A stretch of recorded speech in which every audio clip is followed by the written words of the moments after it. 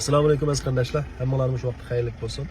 Hammamizda bo'lgandek tuni kunni biri mushtorlarda bir Uyg'urninki Suriyadagi yangi qurilgan hukumatda mayor generallik mansabiga erishganlik, ya'ni shu mansabda bekitilganlik xabari tarqaldi. Bunun qarta Uyg'urlarning hammasi xushal bo'ldi deb o'ylayman. Chunki Uyg'urlar mayli Suriyada bo'lsin, mayli Yevropada bo'lsin, mayli Amerikada bo'lsin, ma'lum bir xizmat kirsa bunun qarta hammamiz xushal bo'lamiz. Ya'ni Uyg'urlar biz shunaqa yerga erishibdi deb. Mesela Amerika'dan bo'ldi, bu Yevropadan bo'ldi. Hem de Suriye'de bir hükümette, belki chet elda o derecede bir mezhep gelişken Uygur bo'lmasligi mumkin, mening bilishimcha, hayatlar ichidan. Hem de bu texam xushal bo'lishga tegishli ish deb o'ylayman. Yana birisi bu yerdagi bir qurilib bo'lgan hukumatda bu mezhep gelişmepti. Şu hükümetin qurish jarayonida uningga tuhfa qo'shib, ondan keyin shu mezhepga erishganlar xabar kelyapti. Unda bo'lgan ekan bu texam xushal bo'lishga tegishli ish, butun Uyg'urlar bir tabriklashga tegishli ish deb o'ylayman. Yeni bir mesele, hem de Suriye'deki Uygurlar meselesi de acayip bir işler buldu deb o'ylayman. Qanday deganda biz ko'pinchamiz Suriyadagi Uygurlarni hamda yo'qolib ketadi, o'lib tugab ketadi degan bir xil endişe ichida edik. Ya'ni yoki yaxshiroq o'ylaganlarimiz endi qanday bo'ladi deb o'ylaydik. Hatto shu yerlik qarindoshlarimiz bu endishada bo'lgan bo'lishi mumkin. Nimishqa desa, Bashar Asadni qaytadan yuylab, qaytadan üstega akilib, qaytadan ustalda o'ltirishga tirishayotgan asosli hamma davlatlar degidek. Bunda bo'lgan ekan, bu xil umidsizlik, bu xil endişelerning bo'lishi nihoyatda tabiiy. Lekin Alloh taolo degandek, "Asa an takrahu shay'an wa huwa khayrun lakum." Biz yomon ko'rgan ish biz uchun yaxshi bo'lishi mumkin. Demak, hammamiz yomon ko'rdik ba'zi ishlarni. Hammamiz qo'rqdik, hammamiz endisha qildik. Lekin Alloh taolo o'ylamagan yerdan endi ular ulab tugab ketadi, ularning oqibati yo'q, kelgusi yo'q degan insonlar biz o'ylab boqmagan darajada bir mansablarga, bir izzatlarga, bir azizlikka erishib o'ltiribdi. Bu yerda hammamiz bir o'ylash, paqishib tekshlab o'ylayman. Ya'ni nimani o'ylashimiz degan vaqtimizda Alloh taolo bizni nurg'un ishlarga buyurdi Qur'oni Karimda. Islom bizni nurg'un ishlarga buyurdi.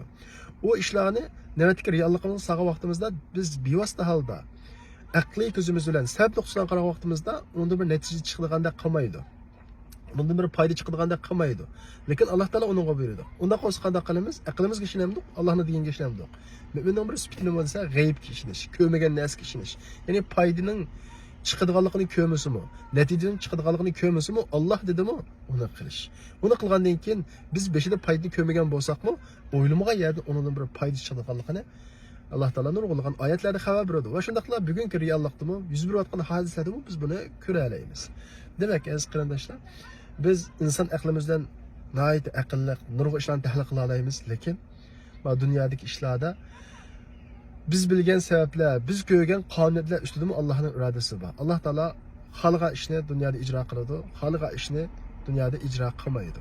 Mühim olanı bizdenki hakiki mümin bulup, Kur'an-ı Kerim'de süpetlegende gayb işiniz. Allah Teala buyurgan işler, biz onun kelgüsünü görebilsek mi? Sebep noktasından aldık karanlık olsun mu? Allah Teala buyurgan işlerden çokum bir payının bağ işkellik ki.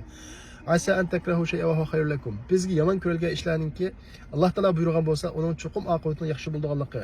Va asa an tuhibbu shay'an wa huwa sharrun lakum.